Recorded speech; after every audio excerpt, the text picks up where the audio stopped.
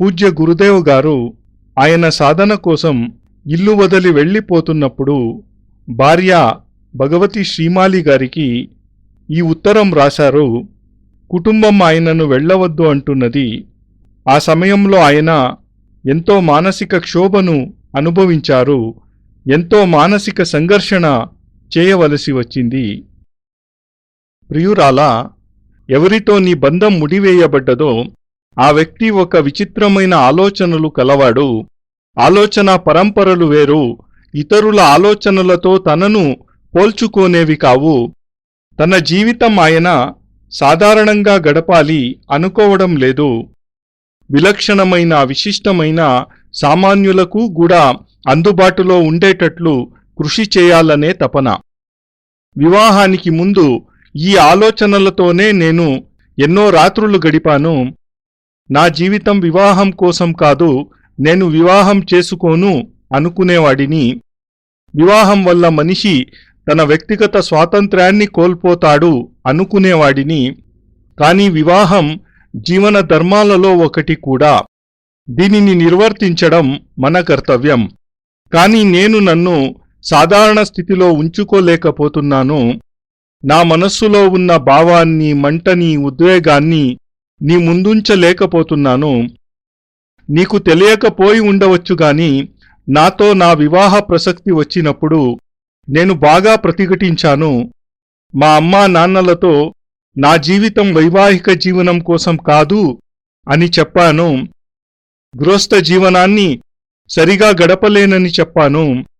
నా నైరాశ్యం వల్ల వేరొక వ్యక్తి ఆశలు, కోరికలు అన్నీ ఆవిరైపోవడం నాకిష్టం లేదు. నా ఆలోచనలు, నా భావనలు, ఆ ఉద్దేశాలు వేరేగా ఉన్నాయి. నన్ను నేను పోగొట్టుకున్నవానిలా ఉంటాను. నా చుట్టూ జరిగే సంఘటనలను తెలుసుకోలేకపోతున్నాను. వాటితో సంబంధాలను ఏర్పరచుకోలేకపోతున్నాను. నా ఈ పరిస్థితిని నా ఇంటిలోని వారు గ్రహించినట్లున్నారు. ఈ పిల్లవాడు తన లోకాలలోనే విహరిస్తూ ఉంటాడు.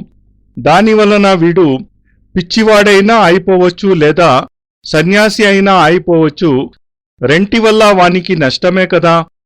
తన ఇంటి పెద్ద కొడుకు ఇలా అయిపోవడం, వివాహాన్ని తిరస్కరించడం ఎవరు కోరుకుంటారు? ఎవరు ఒప్పుకుంటారు? అందుకు నా తల్లిదండ్రులు నా వివాహానికై అవసరానికి మించి ఒత్తిడి తేనారంభించారు. నీకు తెలుసు, నా వయస్సు కూడా వివాహానికి అనువైనది కాదు. నాకు తెలియకుండానే వాళ్ళు నా వివాహపు ఏర్పాట్లు చేసేస్తున్నారు. ఎందుకంట నా పెద్ద కొడుకు వలన నా వంశం చిరస్థాయిగా ఉండాలని వారి కోరిక. వాళ్ల వరకు వారి ఉద్దేశ్యం సరి అయినదే. ప్రతి తల్లిదండ్రి తమ పిల్లవాడు గృహస్థు కావాలని కోరుకుంటారు కూడా. అలానే వంశాభివృద్ధిని కూడా కోరుకుంటారు కదా. కాని నాకది నచ్చలేదు. నా వివాహం నాకు బంధనమే. నేను జీవితంలో చేయాలనుకున్నవి చేయలేకపోతాను. ఎందుకంటే కాళ్లకు వివాహమంటే బంధనం అయిపోయి ఎప్పటికీ విడిపించుకోలేకపోతాను. కాని నా తల్లిదండ్రులు నా మాటలు పట్టించుకోకుండానే నీతో వివాహం జరిపించేశారు. ఇందులో నీ దోషం ఏమాత్రం లేదు. నీకు వివాహమైంది, కోడలిగా మా ఇంటికి వచ్చావు. నీకు కొన్ని కోరికలుంటాయి, ఊహలు, ఆలోచనలుంటాయి. నీవు ఇప్పుడు వాటన్నింటినీ పోగొట్టుకున్నావు. నా ఇంటికి వచ్చాక నీకు అత్తమామల ప్రేమ, మరిది గౌరవం లభిస్తున్నా అగ్నిసాక్షిగా వివాహమాడిన భర్త దగ్గర నుండి ఎలాంటి ప్రేమాభిమానాలు లభించడం లేదు. నా గురించి కూడా నీవు ఎన్నో కలలు కనే ఉంటావు. ఆ కోరికలను ఇప్పుడు చెల్లార్చుకుంటూ ఉండి ఉంటావు అనుకుంటున్నాను. నేను గత కొద్ది సంవత్సరాలుగా నిన్ను ఏదో పోగొట్టుకున్నదానిలా చూస్తున్నాను. మా ఇంటికి వచ్చినప్పుడే ఆ స్వచ్ఛత, తాజాదనం, ఉత్సాహం, ఆనందం, వాటి మీద నీలి నీడలు వ్యాపిస్తున్నట్లనిపిస్తున్నది. ఎందుకంటే నేను నీ పట్ల చూపిస్తున్న ఉదాసీనతే. నిజానికి నీవు పరిపూర్ణ నారివే అయినా నీ స్నేహితురాళ్ల మాటలు నీ మనస్సుని తాకి ఉండవచ్చు. నీలో ఎన్నో ఆశలు చెలరేగి ఉండవచ్చు. ఎన్నో విషయాలు నాతో ముచ్చటించాలని నీవు అనుకుని ఉండవచ్చు. నా నుంచి ఎలాంటి స్పందన లేకపోవడం వలన నీలో నిరుత్సాహం పెరిగి ఆశలు ముక్కులైపోతూ ఉండవచ్చు. నీ ఆశల మీద నీళ్లు చెల్లినట్టు అయి ఉండవచ్చు. నాకు తెలుసు, వివాహానంతరం ఇక్కడికి వచ్చావు. నా నుంచి ఎన్నో కోరుకుని ఉండవచ్చు. కానీ నేను ఆ కోర్కెలను తీర్చలేను. నా గురించి నేను తెలుసుకుని ఇలా చెబుతున్నా. నా బాధ్యతల నుండి పారిపోవడం లేదు. బాధ్యతలకు విముఖత చూపించడమూ లేదు. నేను పరిపూర్ణంగా నీతో ఒప్పందం కుదుర్చుకోవాలనుకుంటున్నాను. నీవు నీ జీవితంలో సమస్యలు తెచ్చుకోకు.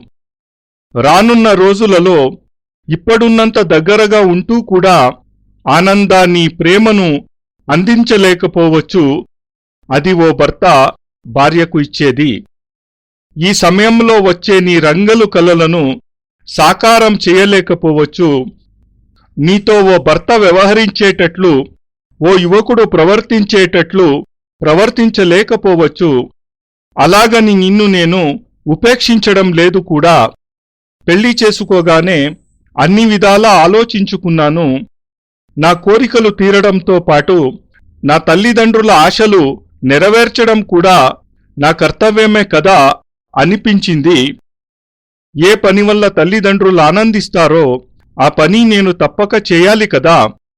కొడుకుగా వారి కోరిక మన్నించడం నా కర్తవ్యం. తల్లికి గౌరవం ఇవ్వాలి కూడా. నా వివాహం వల్ల వాళ్ళిద్దరూ ఆనందిస్తారు అనిపించింది. వాళ్ల మాటలలో ఒకరోజు అర్థమైనదేమంటే, నీవు తల్లిదండ్రుల మాటకు కట్టుబడి ఉంటానని చెప్పేటప్పుడు, వారి రుణం తీర్చుకోవాలనుకునేటప్పుడు, నీవు వివాహం చేసుకొని మా రుణం తీర్చుకో అన్నారు. అప్పుడే వివాహానికి ఒప్పుకున్నాను నేను. ఇంత జరిగినా నేను నిన్ను, నీ భావాలను అర్థం చేసుకుంటున్నాను. నీ కోరికలను నీట కలిపే అధికారం నాకు ఏమాత్రమూ లేదు. ఈ ఊహలను ఖండించడం నా ధర్మం కాదు. నీవు జీవితాంతం నిరాశతో గడపాలని కూడా నేను అనుకోవడం లేదు. నన్ను నేను గౌరవించుకున్నంతగా నిన్ను నేను గౌరవిస్తాను. నేను నిన్ను ఉపేక్షిస్తున్నానని చింతించవద్దు. అందుకే ఇప్పుడు నా మనసులోని మాట నీ ముందుంచుతున్నాను. ఎన్నోసార్లు నా భావాలను నీ ముందుంచుదామనుకొని సిద్ధమైనా నీ అమాయకపు ముఖాన్ని చూసి ఏమీ చెప్పలేకపోయేవాడిని. నీవు స్వయంగా చూస్తూనే ఉన్నావు కదా. రాత్రి అంతా మెలకువలోనే గడిచిపోతుంది. నా మెదడు ఎల్లప్పుడూ సంఘర్షణలోనే ఉంటుంది. అనేక ఆలోచనలు నన్ను స్థిమితంగా ఉండనివ్వవు. అలా నా హృదయంపై భారం పెరిగిపోవుచున్నది.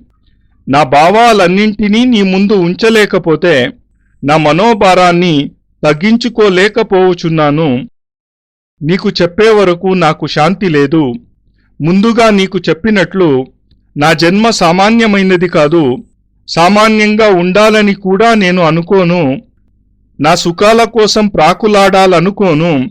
ధనానికి ఏ ప్రాధాన్యం ఇవ్వను. నా భార్యతో సుఖ సంతోషాలతో రంగుల జీవితం గడపాలని అనుకోను.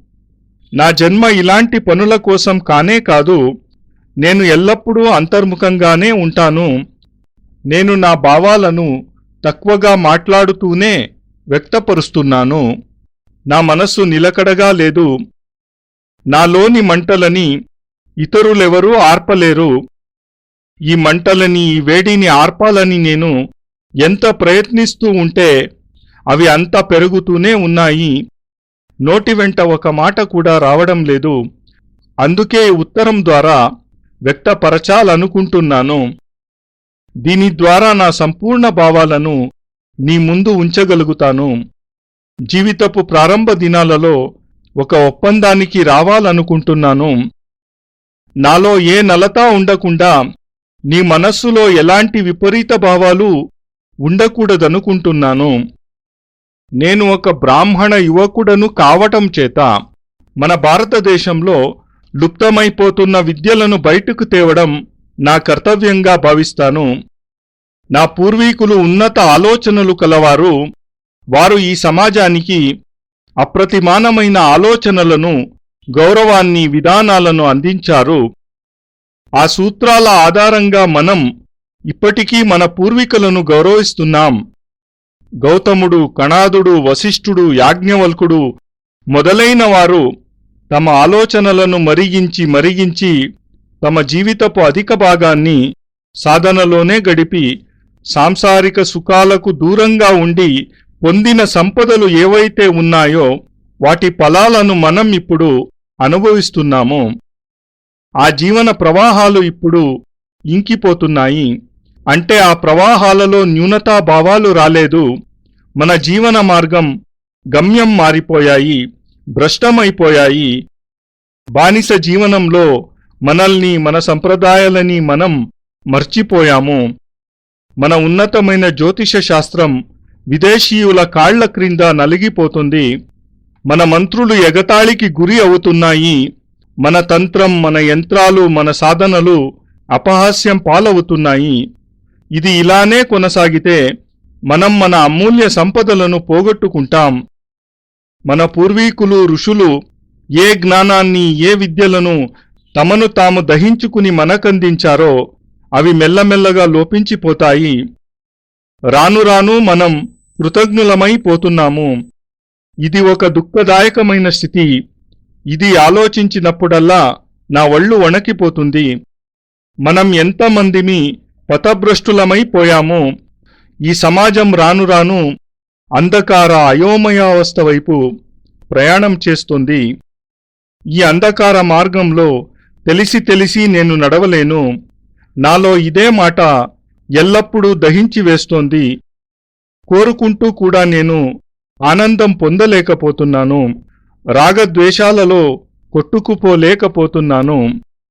నా ఈ వయస్సులో ఉన్న అందరూ గాలిలో తేలిపోతూ, చందమామతో మాటలాడుతూ, తెల్లని వెన్నెలలో తన ప్రియురాలితో పాలల ఊయలలో ఊగుతూ ఉండే అనుభవాన్ని పొందుతుంటారు. అలాంటిది నేను లోపలన అగ్నికి దహించుకుపోతూ ఉన్నాను. మండిపోతున్న అనుభవాన్ని పొందుతున్నాను. ఇంతకీ నా కోరిక ఏమిటంటే, నేను సాధారణ వ్యక్తిలా చావకూడదు. సాధారణంగా డబ్బులు సంపాదించి కడుపు నింపుకోవడం నా కోరిక కాదు. రంగులమయ జీవితం గడపడం నా లక్ష్యం కాదు. నా లక్ష్యం, నా ఉద్దేశ్యం ఒకటే: జ్యోతిష్యాన్ని ఒక ఉన్నతమైన స్థానంలో నిలపడం, విశ్వానికి ఈ భారతదేశపు విద్య యొక్క గొప్పతనాన్ని తెలియపరుస్తూ మన దేశ గౌరవాన్ని చాటి చెప్పడం. ఇంతేకాకుండా మంత్రతంత్రాలు మన జీవనాధారాలు కావాలి. భారతీయ చైతన్యం, స్పందన ఈ సాధనలే. వీటి వల్లే భారతదేశానికి విశిష్టత. ఇది భారతదేశమని, ఇది విశ్వంలోనే తలమానికైనది కూడా. కానీ నేను చూస్తున్నదేమిటంటే, నా భారతదేశం విదేశీయుల చేతుల్లో నలిగిపోతుంది. మనం ప్రాణాలున్న బొమ్మలైపోతున్నాం. మన భాషని మరిచిపోతున్నాము. పూర్వీకులు గొప్పతనాలను మరిచిపోతున్నాము. మనని మనం గుర్తించుకోలేకపోతున్నాము. దానిలోనే గౌరవమున్నదని భావిస్తున్నాము.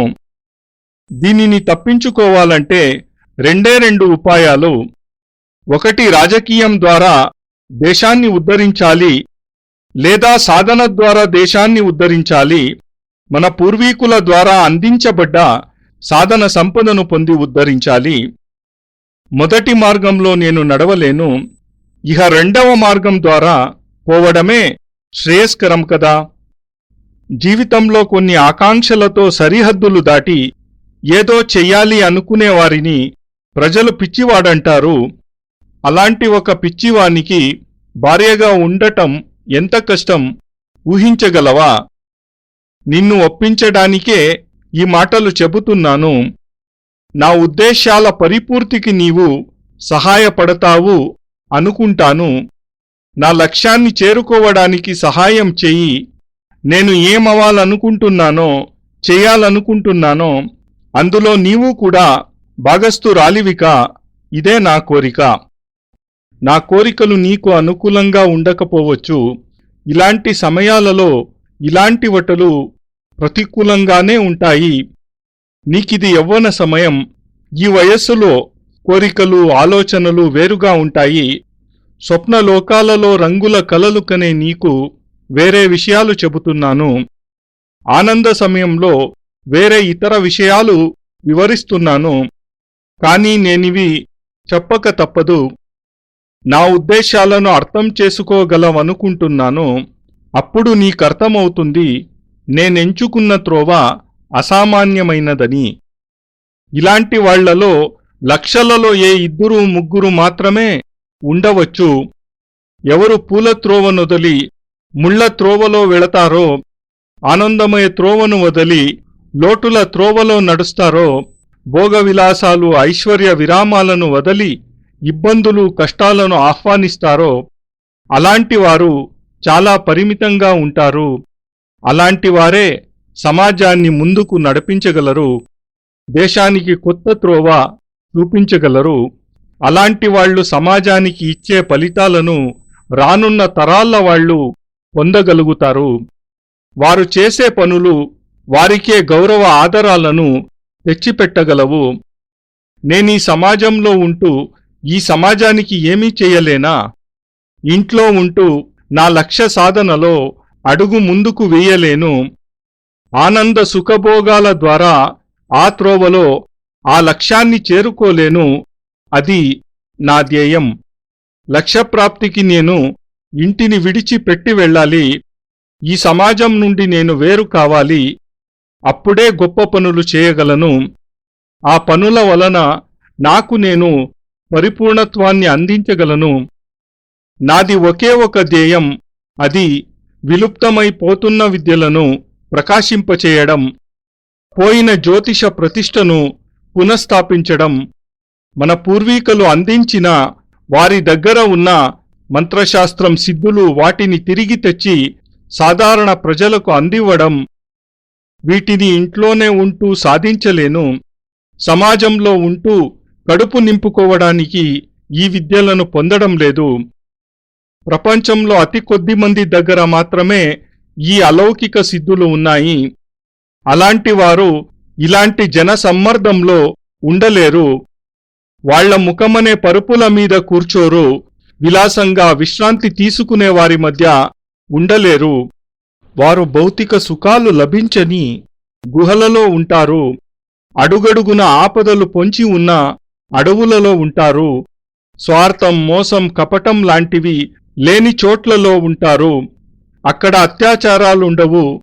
వాళ్లకి వీటన్నింటితోనూ ఎటువంటి సంబంధమూ ఉండదు. సిద్ధిపురుషులైన అలాంటి వారి దగ్గరకు వెళ్లాలని అనుకుంటున్నాను. వాళ్లకు గొప్ప గొప్ప విద్యలు తెలుసు. దానికి నేను అడవులలో తిరగవలసి వస్తుంది. కొండ గుహలలో జీవనం గడపవలసి వస్తుంది.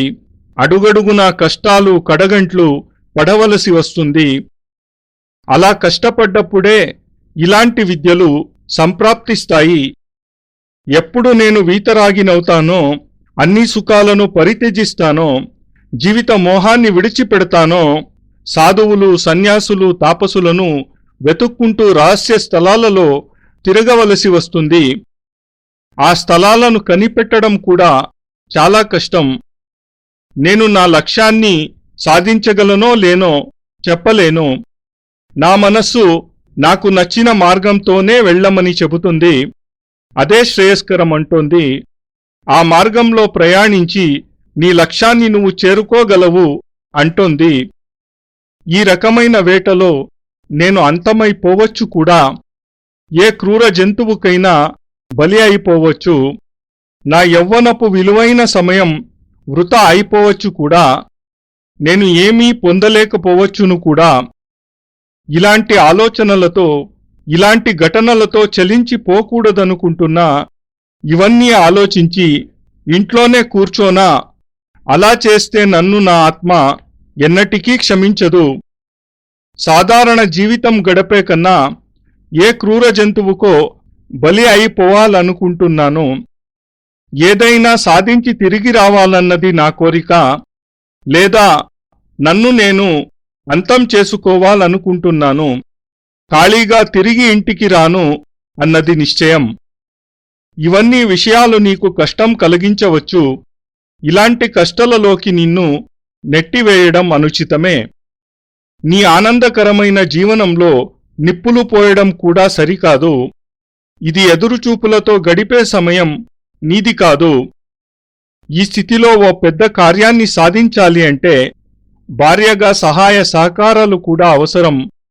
నా కార్యానికి నీవు బంధకం కాకూడదని కోరుకుంటున్నాను. నన్ను వివాహం చేసుకుని నువ్వు సుఖపడ్డది లేదు. నేను నీకు సుఖానికి బదులు దుఃఖాన్ని ఇస్తున్నాను.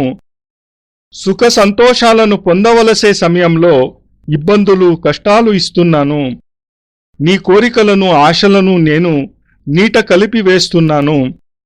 నీ ఆనందాలను బుగ్గిపాలు చేస్తున్నాను. ఇక్కడ నుంచి వెళ్ళాక ఎప్పుడు తిరిగి వస్తానో చెప్పలేను. నా సాధన ఫలిస్తుందో లేదో కూడా చెప్పలేను. నేను తిరిగి వచ్చేసరికి నీకు ఇప్పుడు ఉన్న యవ్వనం ఉండకపోవచ్చు. నాకు తెలిసి నేను తొందరగా రాలేకపోవచ్చు. నా లక్ష్య సాధనలో 10-15 సంవత్సరాలు పట్టవచ్చు. ఆ 10-15 సంవత్సరాలు నీకు ఎంత కష్టదాయకమైనవి నేను ఊహించగలను. ఈ 15 సంవత్సరాలలోనే వయస్సు చింతనలలో, చిక్కులలో, ఆలోచనలలో గడిచిపోవచ్చు. నీ ముఖంలోనున్న తాజాదనం, ఆనందం దుఃఖంలోకి మారిపోవచ్చు. నీ జీవితం అభిశాపితమైపోవచ్చు.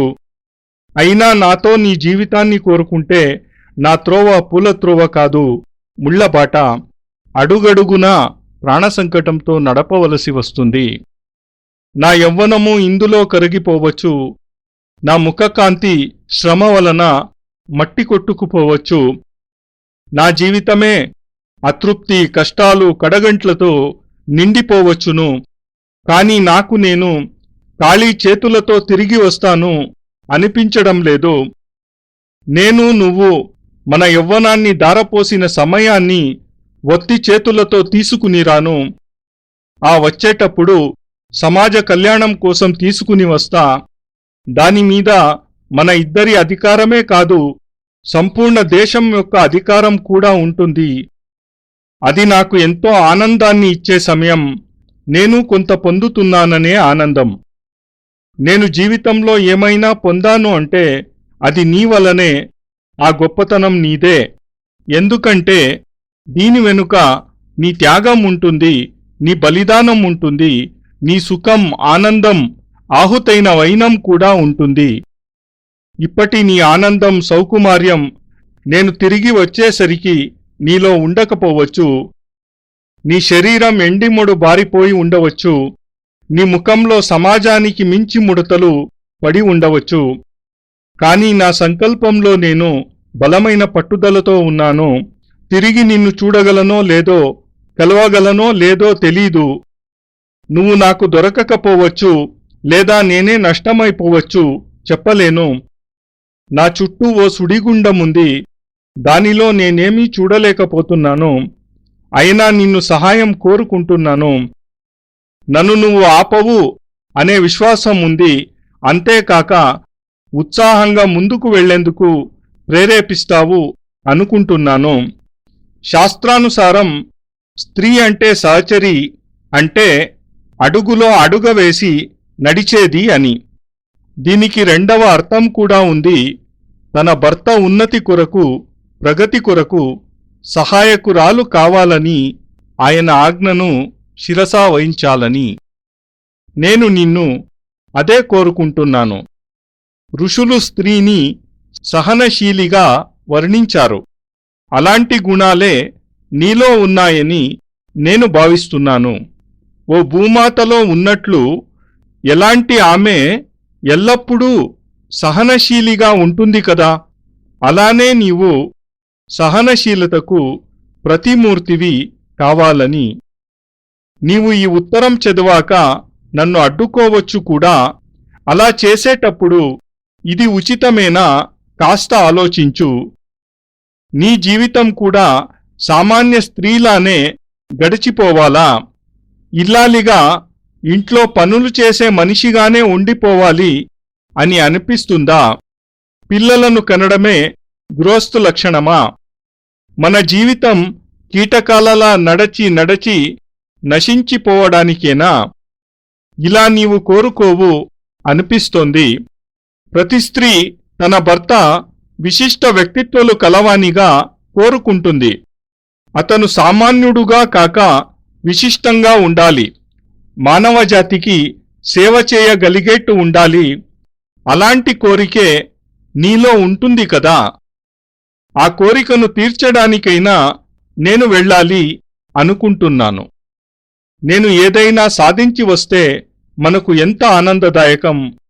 నేను సంపాదించగలను, విశిష్ట వ్యక్తిని కాగలను. అలాంటి శక్తులు నా చేతిలో ఉంటాయి. అవి ఎంతో గొప్పగా ఉంటాయి.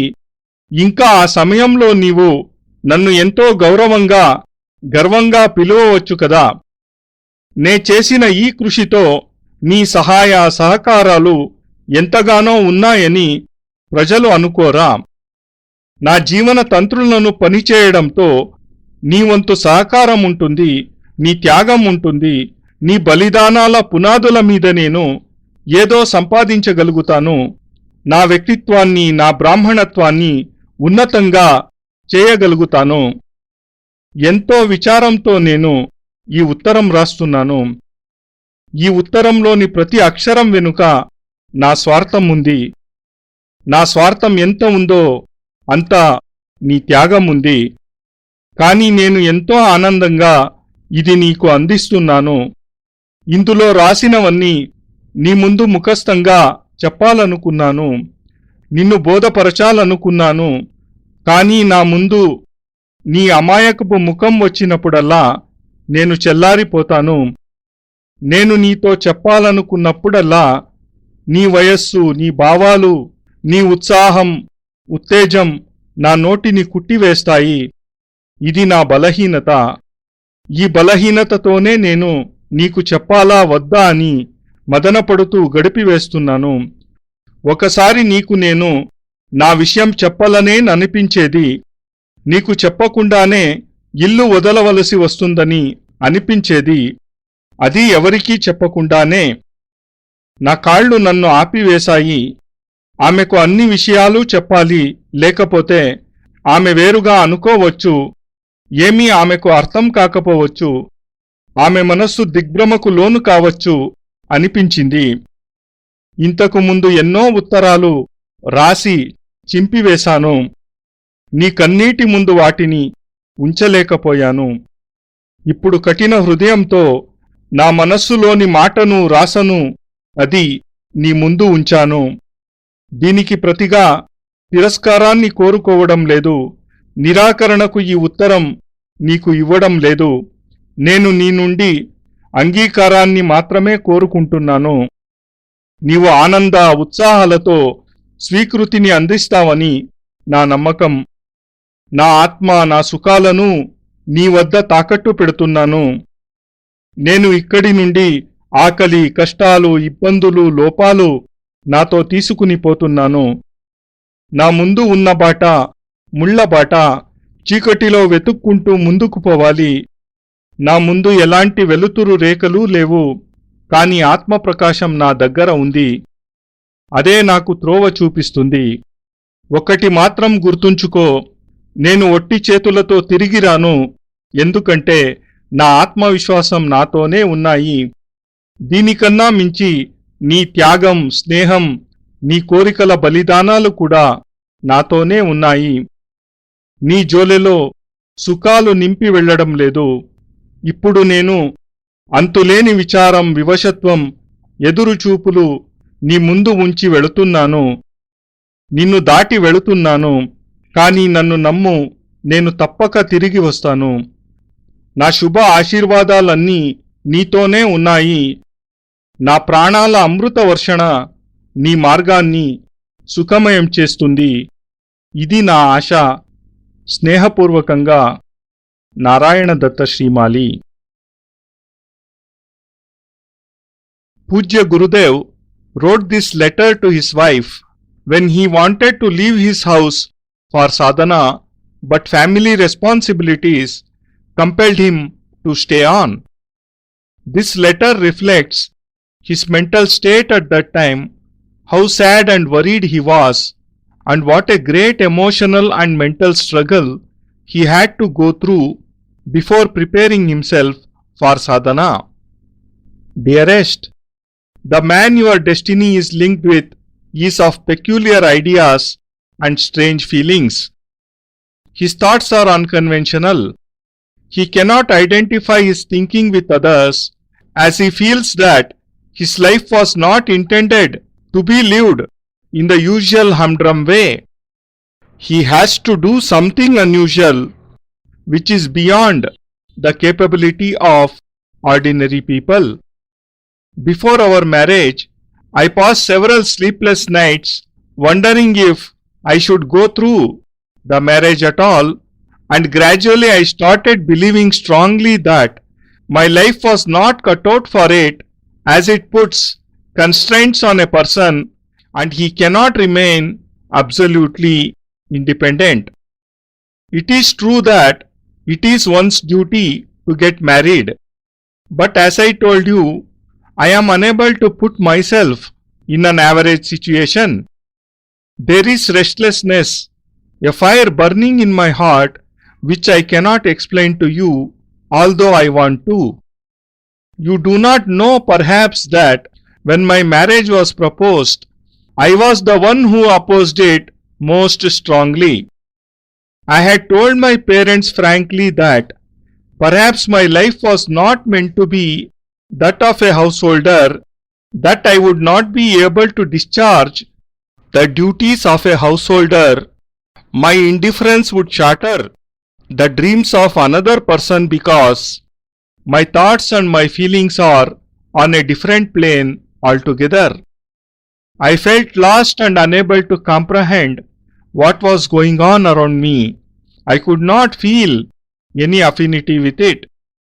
Probably people in my family realized that if I continued this way, I would either lose my sanity or take refuge in sannyas, and that they would be the losers either way.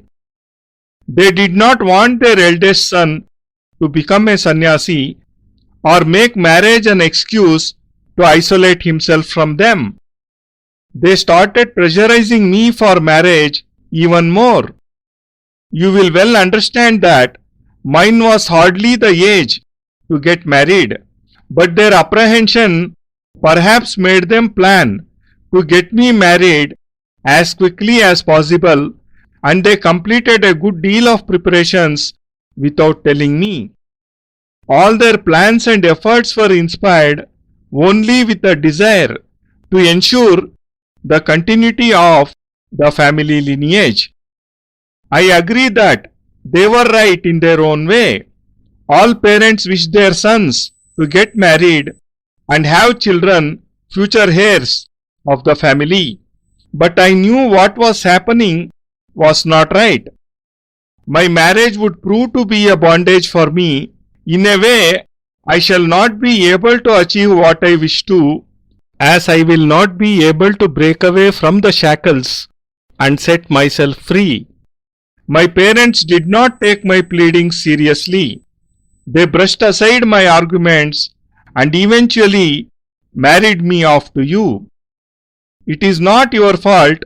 You married me and came to this house as a daughter-in-law. You have your own feelings, aspirations, your own thoughts and ideas. You received affection from my parents. My younger brother joked with you and amused you. But the man with whom you went round the fire and took the marriage vows is not giving you his love. My indifference must puzzle you. Perhaps you have all kinds of misgivings about me, and maybe you try to dispel them from your mind.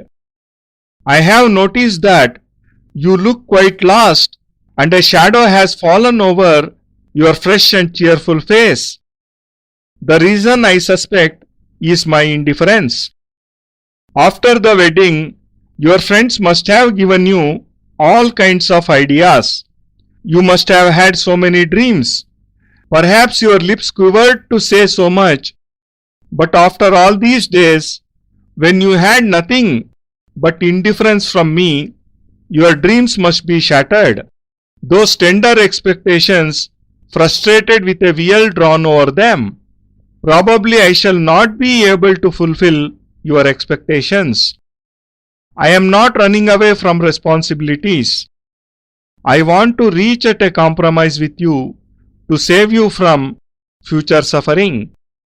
Probably I shall not be able to give you the kind of love a husband usually gives his wife soon after the marriage. I may not be able to fill your life with colorful dreams, which is the way it should be at this age. I shall not be able to indulge in love talks, whisper sweet nothings, tease, joke, and all the rest. But all this does not mean that I am really indifferent and that I am ignoring you. Now that I am married, I have thought a good deal about us.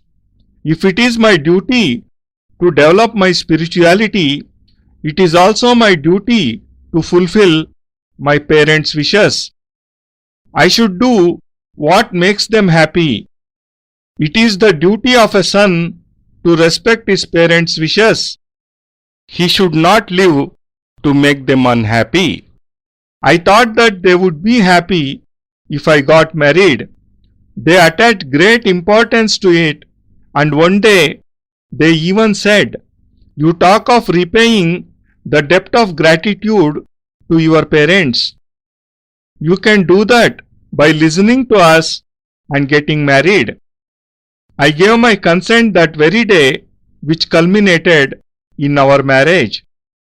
I understand your feelings. I have no right to crush them. It is not right on my part to disregard your values. I do not wish you unhappiness. I respect you as much as I respect my own self. I think it would be fair if I talk to you frankly so that you do not misunderstand my indifferent attitude. Many a time I hardened my heart and decided to talk to you. But one look at your innocent face and I was unable to say anything, and I lay down on the bed quietly. You must have seen me awake at night. I keep tossing in the bed when my mind is in conflict and I am caught in cross currents of thought. There is a storm raging in my heart and I feel a heavy burden on my chest.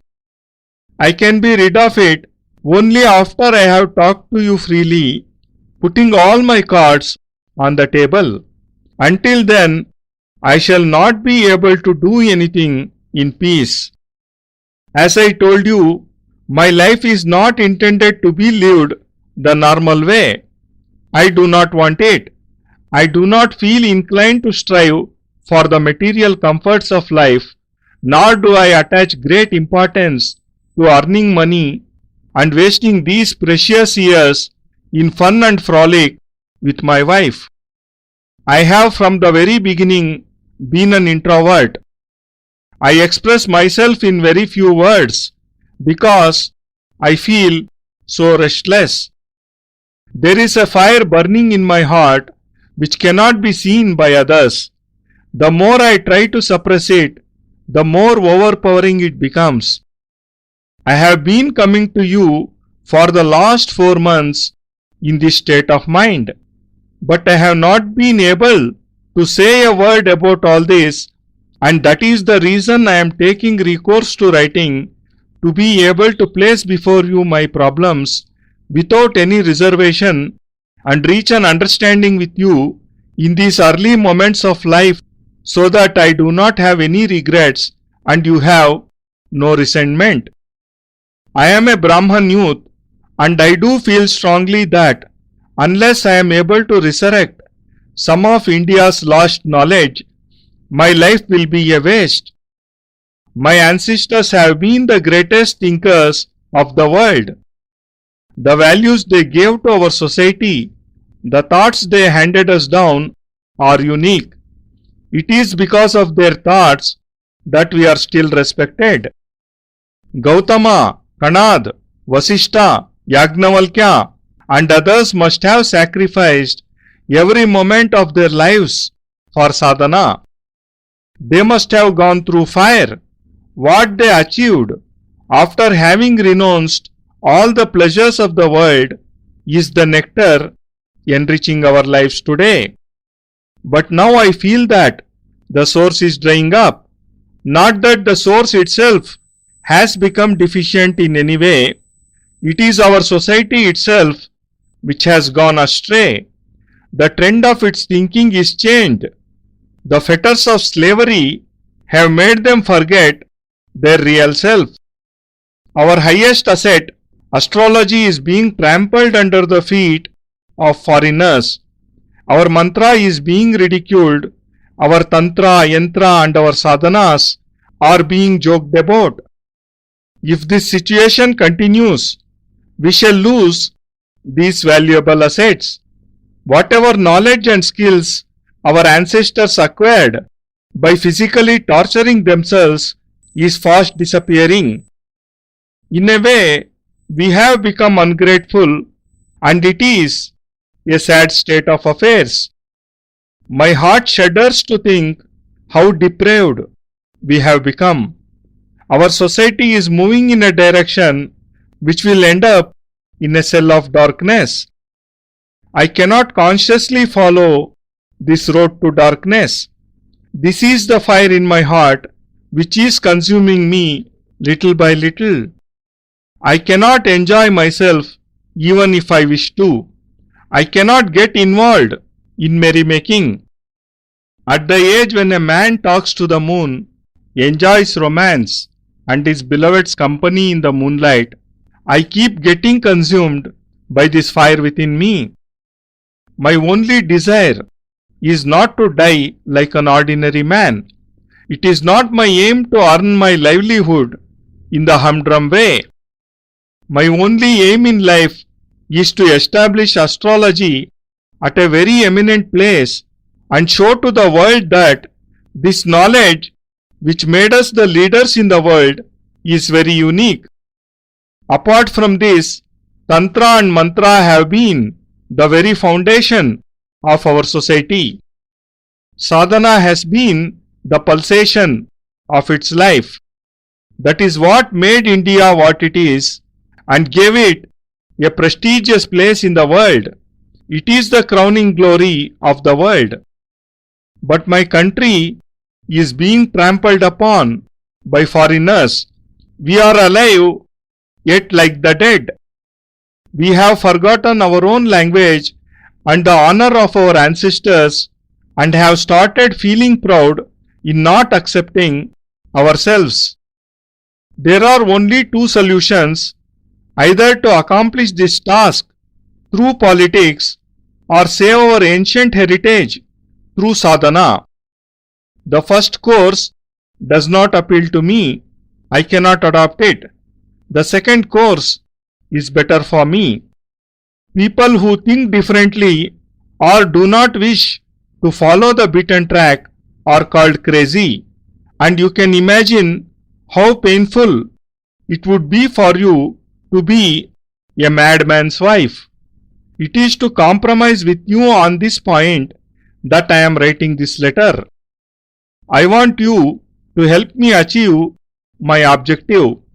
Be my partner in my endeavors and do what I wish. This is my desire. You may not see eye to eye with me at this point of time. My ideas are not likely to evoke a favorable response. You are young, and the young have their own philosophy of life. I am talking of separation at a time which is meant for fun, romance, and a carefree life. But I cannot help myself, and I expect you to understand my feelings. Only then you will appreciate that the path I have chosen for myself is chosen only by 1 or 2 in a million who leave the path strewn with flowers and to tread on thorns, renounce the road to pleasure and take to the road of want and hardship. They renounce the life of luxury and invite troubles and travails. Only they can provide leadership to society, give a new direction to the nation, and the coming generations benefit from their achievements and take pride in it. I have arrived at the conclusion that while living in society, I shall not be able to accomplish anything. I shall have to leave the house and isolate myself from society. Only then I shall be able to accomplish something special and get fulfillment.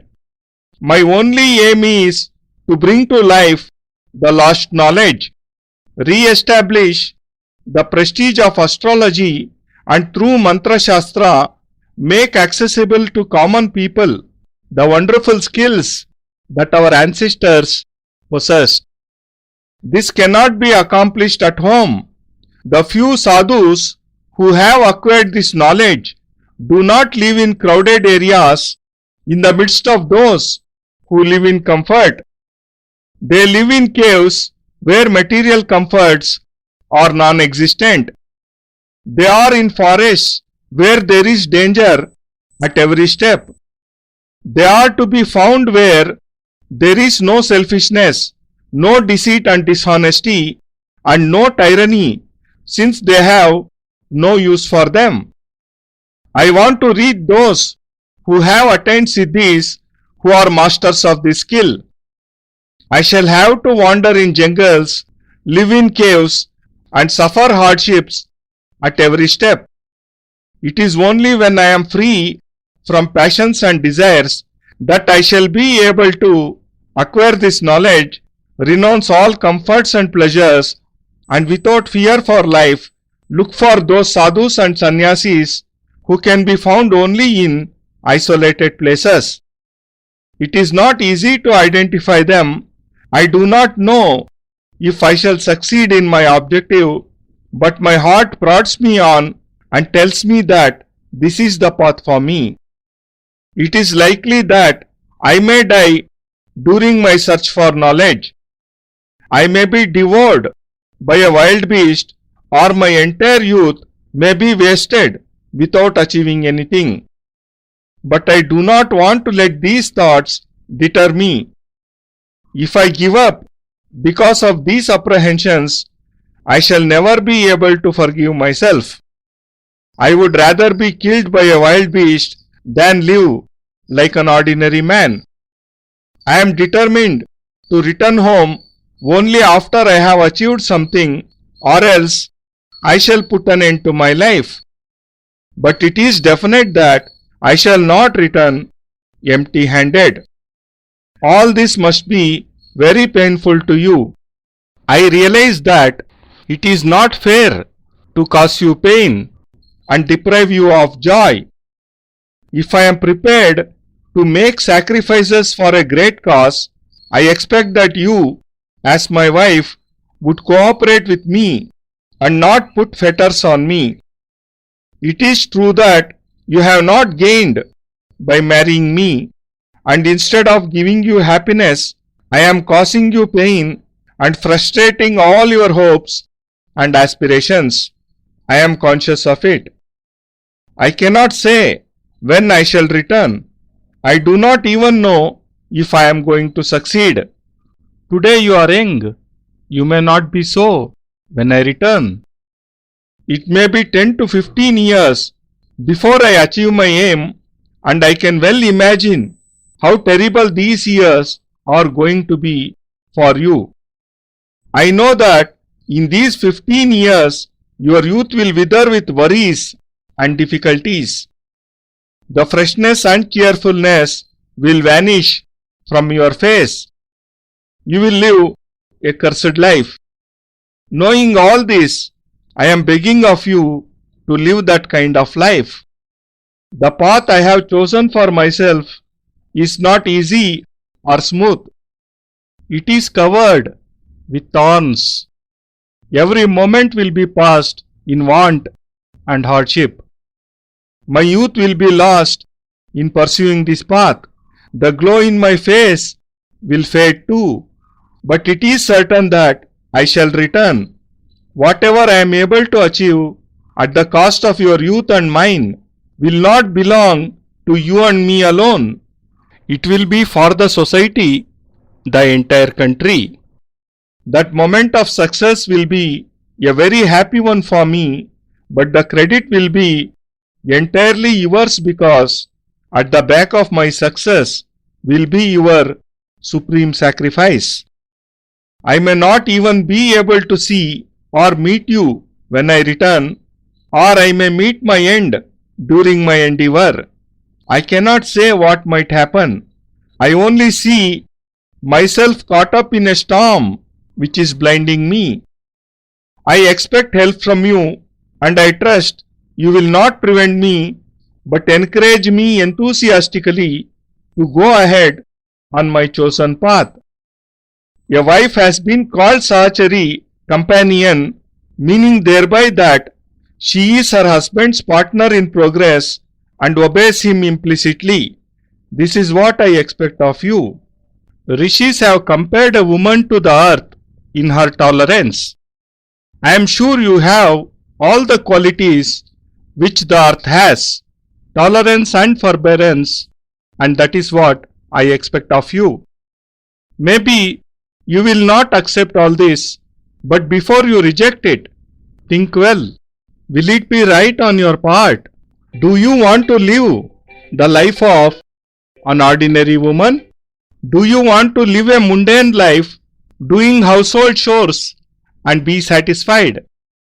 Is bearing children the highest aim of a married person? Are we to live like worms, creeping and crawling? You certainly would not want that, since every woman wants her husband to be successful, not a nobody. She wants him to be an out of the ordinary and famous person from whom posterity will derive knowledge. She wants her husband to contribute to the good of mankind. This must be your desire too. I would like to go in order to try and fulfill that desire of yours. Just imagine what a happy day it will be when I return after achieving something, when I shall be someone special and I shall have something unique in my possession. You will be proud to mention my name then. People will realize that you have had a big hand in my success, that yours was a great contribution in making conditions favorable for me. I shall be building myself up on the foundation laid by your sacrifice and will be able to manifest my personality, my Brahmanism. I am writing to you with a heavy heart because every letter that I write speaks of my selfishness and your sacrifice. Still I am gladly handing it over to you. I wished to say all this to you personally, explain everything. Whenever I tried, your calm and innocent face prevented me. Your tender age, the realization of your hopes, your expectations sealed my lips. I felt helpless and a lot of time was wasted in this conflict. There was a point of time when I thought I would never be able to speak to you, that I would quietly leave the house without telling anyone. But I could not do that. I thought it would be fair to tell everything frankly to the person whose life is now linked with mine, or else she will be puzzled, bewildered.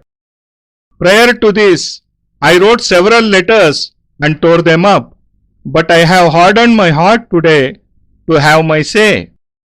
I do not want refusal in response to this letter. I want consent, and I am confident that you will give it gladly and enthusiastically. All the happiness of my soul is pledged with you. I am taking with me only hunger and want, suffering and hardship. My future life will be full of thorns. I have to grope in darkness. I have no ray of light but the light of my own soul, which I am sure will lead me to the right path. At this moment, I am only giving you The prospect of an endless depression, helplessness, lack of mental peace, and a torturous long wait. You have to go through this ordeal, but please, believe me, I shall definitely return. All my good wishes are with you. Yours loving, Narayan Dutt, Simali.